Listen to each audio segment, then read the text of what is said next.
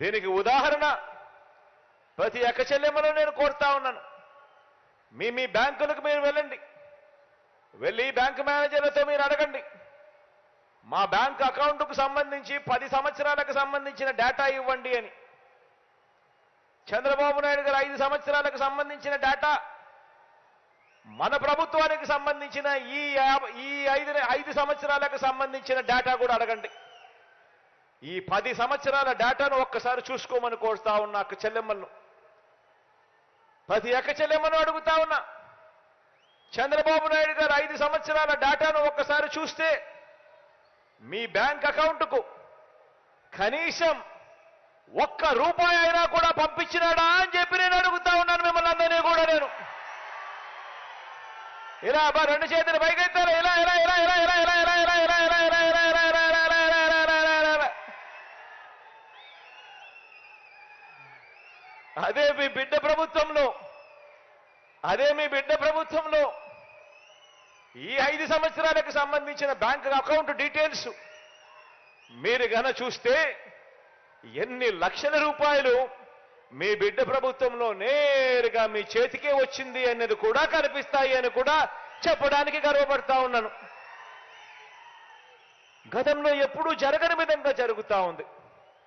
గతంలో ఏ పథకం ఉందో ఎవరికి తెలీదు, ఎప్పుడు ఇస్తారో తెలీదు, అసలు ఇస్తారో లేదో కూడా తెలియని పరిస్థితి నుంచి ఏకంగా ఈరోజు మన గ్రామంలోనే ఒక సచివాలయ వ్యవస్థ, అందులో మన ఊరి పిల్లలే అక్కడే పనిచేస్తూ కనిపిస్తా ఉన్నారు చిక్కటి చిరునవ్వుతో.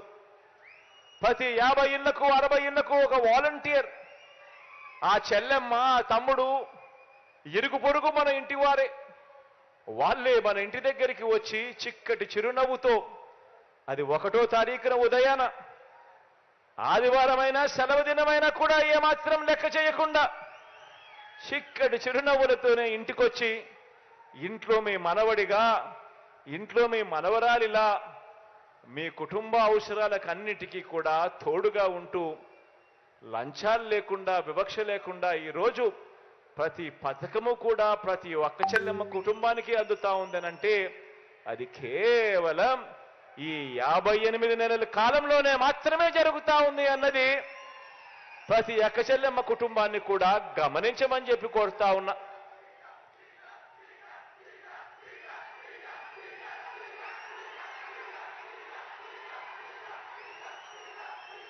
ఇలా ఈ 58 నెలల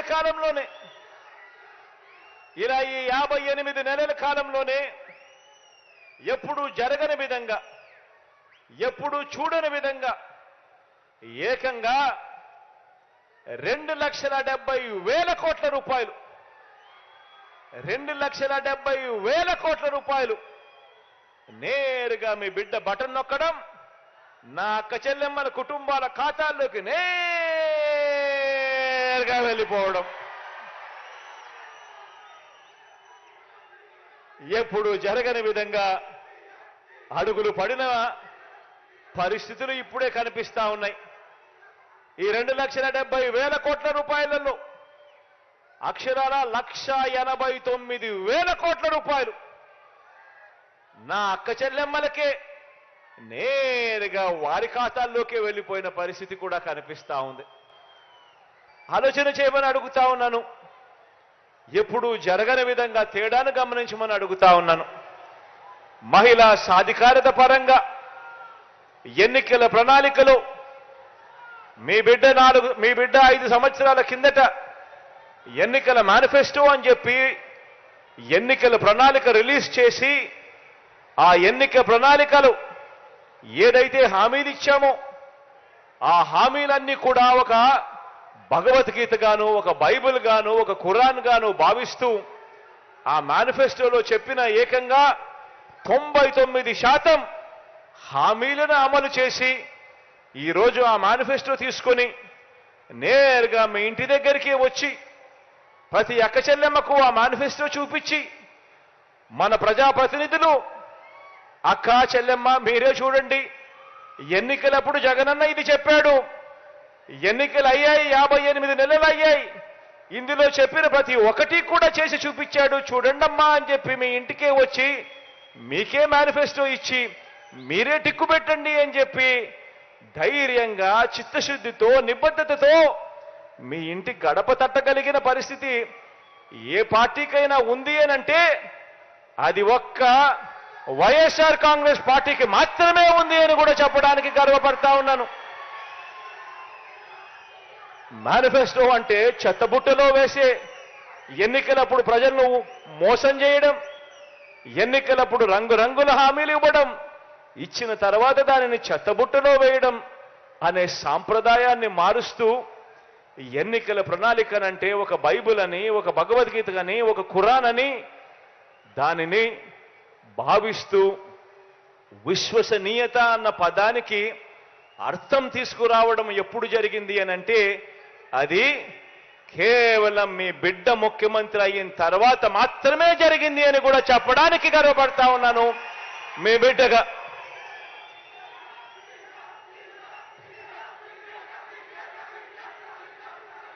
మరో వంక మనకు ప్రతిపక్షంగా ఉన్న చంద్రబాబు గారిని చూడండి, దత్తపుత్రుడిని చూడండి. మరో వంక మనకు ప్రతిపక్షంగా ఉన్న చంద్రబాబు నాయుడుని చూడండి, దత్తపుత్రుడిని చూడండి. వీరిద్దరు పేరు చెబితే అక్క చెల్లెమ్మలకు ఏం గుర్తుకొస్తుంది అని చెప్పి నేను అడుగుతా ఉన్నాను. చంద్రబాబు పేరు చెప్తే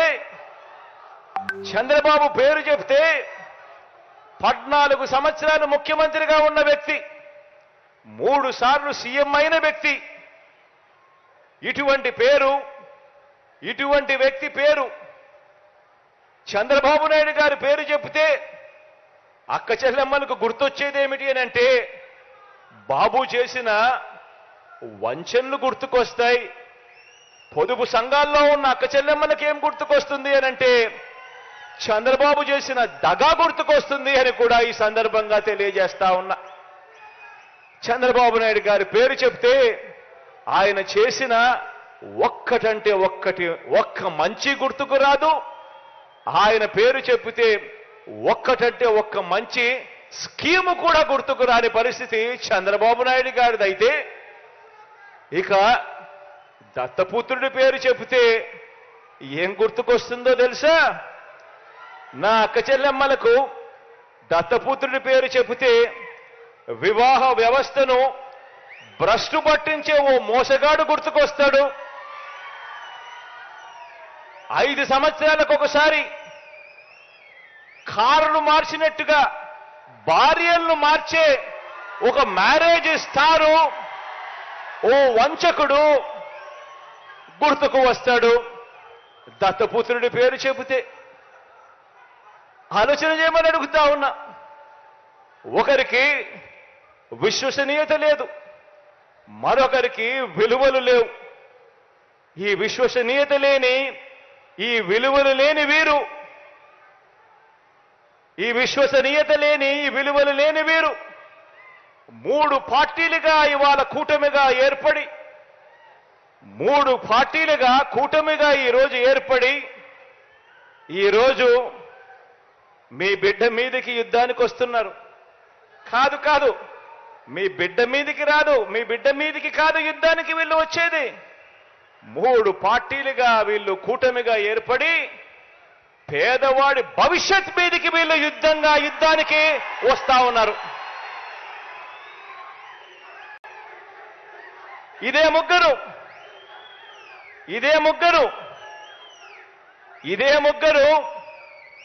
ఇదే చంద్రబాబు, ఇదే పవన్ కళ్యాణ్, ఇదే దత్తపుత్రుడు, ఇదే బీజేపీతోనే కలిసి 2014లో కూడా ఇప్పుడు చెప్తా ఉన్న మోసపూరిత వాగ్దానాలు మాదిరిగానే 2014లో కూడా ఇదే మాదిరిగా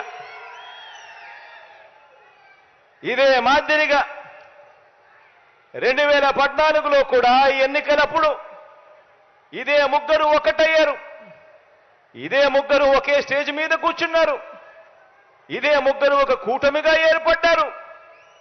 ఏర్పడిన ఏకంగా ఇదే పెద్ద మనిషి చంద్రబాబు నాయుడు గారు ఎన్నికల మేనిఫెస్టో అంటూ ఈ మాదిరిగా ఇచ్చి ఏకంగా చంద్రబాబు నాయుడు గారు సంతకం పెట్టి మరి ఈ మాదిరిగా ప్రతి ఇంటికి కూడా పంపించాడు ఈ పెద్ద మనిషి చంద్రబాబు గారు. ఇందులో ఈయన రాసిన మాటలు, రాసిన వాగ్దానాలు, రైతులకు రుణమాఫీ పైన మొదటి సంతకం చేస్తానన్నాడు. 87,612 కోట్ల రూపాయల రైతుల రుణాలు మాఫీ చేస్తానని చెప్పి ఎగనామం పెట్టాడు. పొదుపు సంఘాల రుణాలు పూర్తిగా రద్దు చేస్తానన్నాడు. ఏకంగా 14,205 కోట్ల రూపాయలు నా అక్క చెల్లెమ్మలను అడ్డగోలుగా మోసం చేశాడు. మహిళా రక్షణకు ఉమెన్ ప్రొటెక్షన్ ఫోర్స్ ఏర్పాటు చేస్తామన్నారు. మహిళా రక్షణకు ఉమెన్ ప్రొటెక్షన్ ఫోర్స్ కథ దేవుడెరుగు. విజయవాడ నగరంలో ఏకంగా కాల్ మనీ సెక్స్ రాకెట్ నడిపించారు.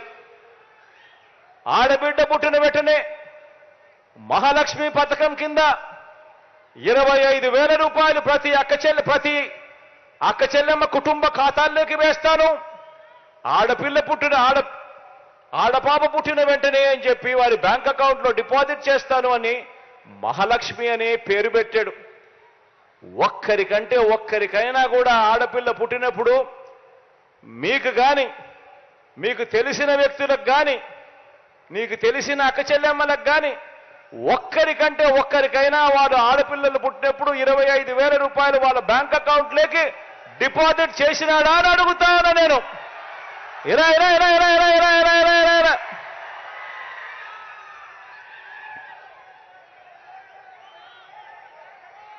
ఇంటికో ఉద్యోగం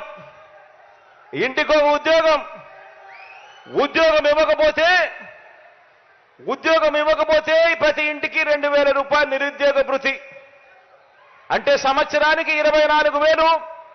5 సంవత్సరాలు అని అంటే దాని అర్థం 1,25,000 రూపాయలు.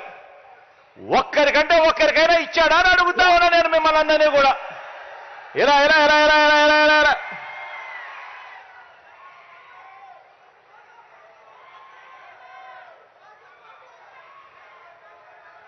ఈ మాదిరిగా పాంఫ్లెట్లు చూపించాడు.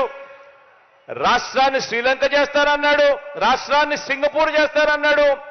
ప్రతి జిల్లా హెడ్ క్వార్టర్స్ లో కూడా ఏకంగా హైటెక్ సిటీలు కడతానన్నాడు. ఇంతటితో ఆగిపోకుండా మేనిఫెస్టో అని చెప్పి ఈ మాదిరిగా తీసుకొచ్చాడు. అక్క చెల్లెమ్మల కోసం అని చెప్పి ఇందులో కొన్ని పేజీలు పెట్టాడు. ఆయన 2014లో ఇచ్చిన మేనిఫెస్టో ఎన్నికల ప్రణాళిక. ఇందులో ఆ మేనిఫెస్టోలో page number 16, page number 16, page number 17 Chandrababu Naidu గారు ఎన్నికల మేనిఫెస్టోలో 2014 ఇచ్చిన మేనిఫెస్టోలో పేజ్ నెంబర్ 16, పేజ్ నెంబర్ 17 2 అక్క చెల్లెమ్మల కోసం కేటాయిస్తున్నాను అని చెప్పి హామీలు ఇచ్చాడు. ఇందులో ఆయన చెప్పింది అక్క చెల్లెమ్మల కోసం మాత్రమే. నేను మచ్చుకు కేవలం అక్క చెల్లెమ్మల కోసం ఆయన చెప్పిన 9 హామీలను మీకు అక్క చెల్లెమ్మలతో పంచుకుంటా. ప్రతి అక్క చెల్లెమ్మను నేను గమనించమని అడుగుతా ఉన్నా. 2014లో ఇదే ముగ్గురు కలిసి మీటింగులు పెట్టి ఇచ్చిన హామీల పరిస్థితి ఏమిటి అని ఒక్కసారి ఆలోచన చేయమని అడుగుతా ఉన్నా. మద్యం బెల్ట్ షాపులను రద్దు చేస్తూ తెలుగుదేశం పార్టీ అధికారంలోకి రాగానే 2వ సంతకం చేస్తుంది అన్నాడు. పొదుపు సంఘాలు రుణాలు అధికారంలోకి రాగానే రుణమాఫీ చేస్తామన్నారు. పుట్టిన ప్రతి ఆడబిడ్డకు మహాలక్ష్మి పేరుతో 25,000 రూపాయలు బ్యాంకుల్లో డిపాజిట్ చేస్తామన్నారు. 2,000 రూపాయలు సబ్సిడీకి సంబంధించిన 9 పథకాలకు సంబంధించిన అంశాలు నేను అడుగుతా ఉన్నా. ఇందులో ఏ ఒక్కటైనా కూడా చంద్రబాబు అనే వ్యక్తి ఆయన ముఖ్యమంత్రి అయిన తర్వాత 2014 నుంచి 2019లో ఆయనతో పాటు ఆయన దత్తపుత్రుడితో పాటు ఈ బీజేపీ ఇదే మాదిరిగా ముగ్గురు కలిసి ఫోటోలు దిగి ఇదే మాదిరిగా చంద్రబాబు నాయుడు గారు మేనిఫెస్టో రిలీజ్ చేసి ఆయన సంతకాలు పెట్టి ఇంటింటికి పంపించాడు.